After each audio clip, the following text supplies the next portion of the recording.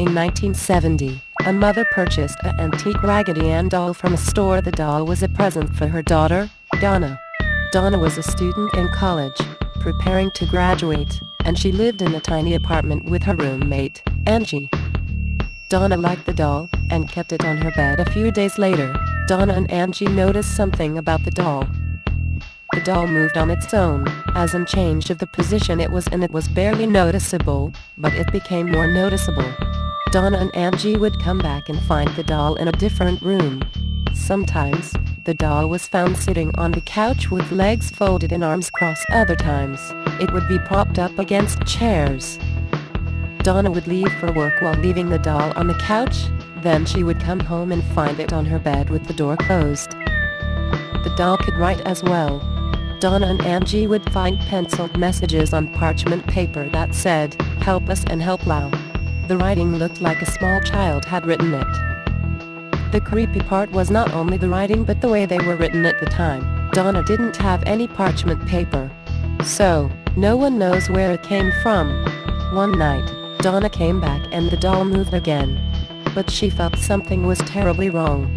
She looked over the doll and it had red stains that looked like blood on its hands and its chest. Donna and Angie decided to take it to one expert. Annabelle was a 7-year-old girl who lived on the property before the apartment complex was built. One day, her dead body was found in the fields where the apartment now stands. The medium said the little girl put herself in the doll, and she felt comfortable around Donna and Angie. Donna felt sorry for Annabelle, and gave her permission to stay inside the doll. But she later finds out that Annabelle is more than what she is claimed to be. I guess some guy named Lou told them to get rid of the doll. He knew it was evil. But Donna and Angie didn't listen to him. One night, Lou awoke from a bad dream. He was laying in bed, but couldn't move. He was in panic. He looked down towards his feet and saw Annabelle. It crawled up his leg, up to his chest, then stopped. Before he knew it, the doll began strangling him and he blacked out. Lou and Angie were going over maps for a road trip they were planning the next day. All of a sudden, they heard shuffling around in Donna's room. Lou awoke the next morning, knowing it wasn't a dream. He planned to rid of the spirit in the doll. He quietly made his way to Donna's room where he heard noises. He waited for the noises to stop, then he entered. All he saw was Annabelle tossed in the corner of a room. He went towards the doll and thought someone was behind him. He looked, but there was nobody there. In a matter of seconds, he was clutching his chest in pain, cut and bleeding. He took off his shirt and there, on his chest, were 7 claw marks. Donna was finally convinced that there was no young girl, but a demon. She contacted a priest who agreed to take the doll for investigation.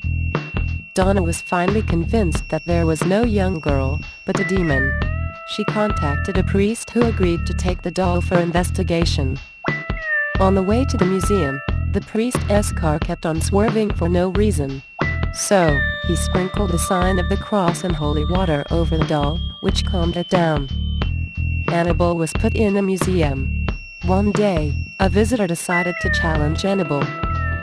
The man didn't believe Annabelle was haunted. He messed with the case and said, "If you can slash someone, how about you slash me?" 3 hours later, the man died. He hit a tree while riding his motorbike and died.